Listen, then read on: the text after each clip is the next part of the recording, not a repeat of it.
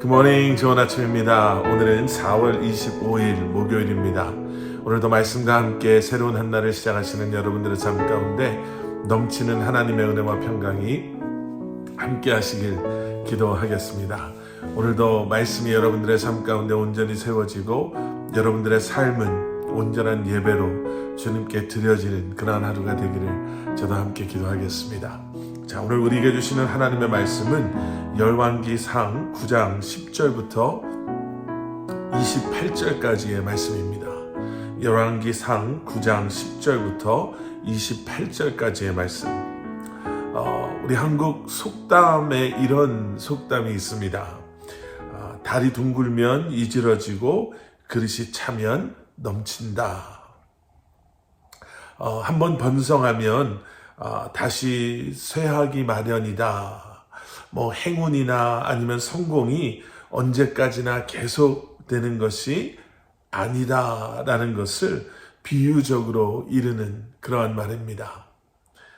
오늘 본문의 내용은 솔로몬의 성취와 성공 뒤에 숨겨진 이야기들입니다.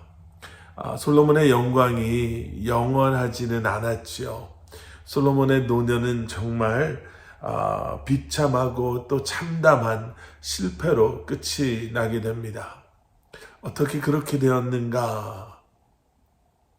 오늘 본문 속에서 우리는 솔로몬의 그 노년이 왜 그렇게 될 수밖에 없었는지에 대한 조그만한, 하지만 너무나도 크게 될 수밖에 없었던 그 이유를 발견하게 됩니다.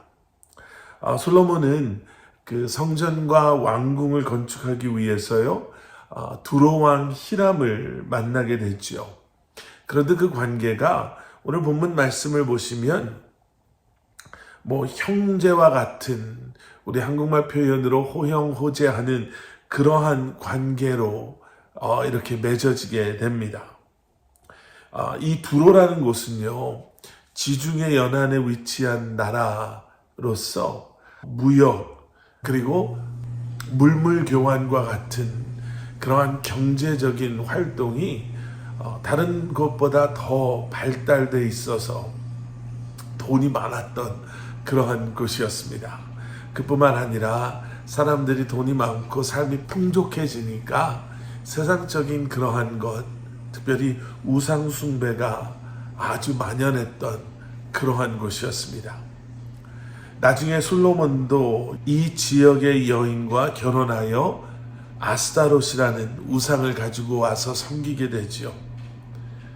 그리고 바알 숭배가 이스라엘에 들어오게 된 이유도 아합 왕의 악처인 이세벨이 그 바알이라는 우상을 가지고 이스라엘에 들어와서 그렇게 된 것 아니겠어요? 바로 이 이세벨 역시도 이 지역 출신의 사람이었습니다. 그런데 솔로몬은 성전 건축을 한다, 또 왕궁을 건축한다 라는 그러한 핑계로 이 구로왕 히람과 아주 각별한 관계로 그와 이렇게 지내게 됩니다.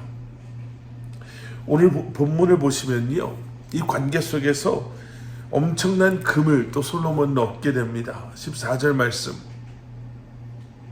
히람이 금 120달란트를 왕에게 보내었더라. 그러니까 솔로몬에게도 미치는 장사는 아니었던 거예요. 그리고 이 사람을 만나서 내게 이익이 있었으면 있었지 손해보지 않았다라는 너무나도 지극히 세상적이고 세속적이고 물질적인 생각 속에서 이 사람과의 관계를 이어가지요.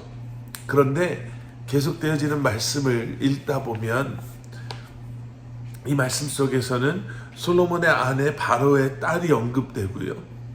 또 성전 건축에 동원된 가나안 사람들에 대한 언급을 우리는 보게 됩니다. 그러니까 하나님의 성전 건축 뒤에 있는 앞으로 드러나게 될 솔로몬의 배교 행위를 암시하고 있는 이러한 것들, 두로왕 히람과의 관계, 물질적인 세속적으로 변질되어져 가는 솔로몬의 모습, 바로의 딸과 결혼했던 사실, 그리고 여러분 신명기 17장 16절에서 17절의 말씀을 보시면 하나님께서 가나안에 들어가거든 이렇게 해서는 안 된다라는 몇 가지 워닝을 주셨거든요. 애굽으로 돌아가지 말아라. 또 아내를 많이 두어 미혹되지 않게 하여라. 또 자신을 위해서 금과 은을 많이 쌓아놓지 말아라 라고 명령하셨음에도 불구하고 솔로몬은 하나님께서 주신 지혜, 그리고 그 지혜를 통해 얻게 된 성공, 성취, 이런 것들을 통해서 하나님이 원하지 않는 관계, 하나님께서 원하지 않는 만남을 계속해서 이어가는 것을,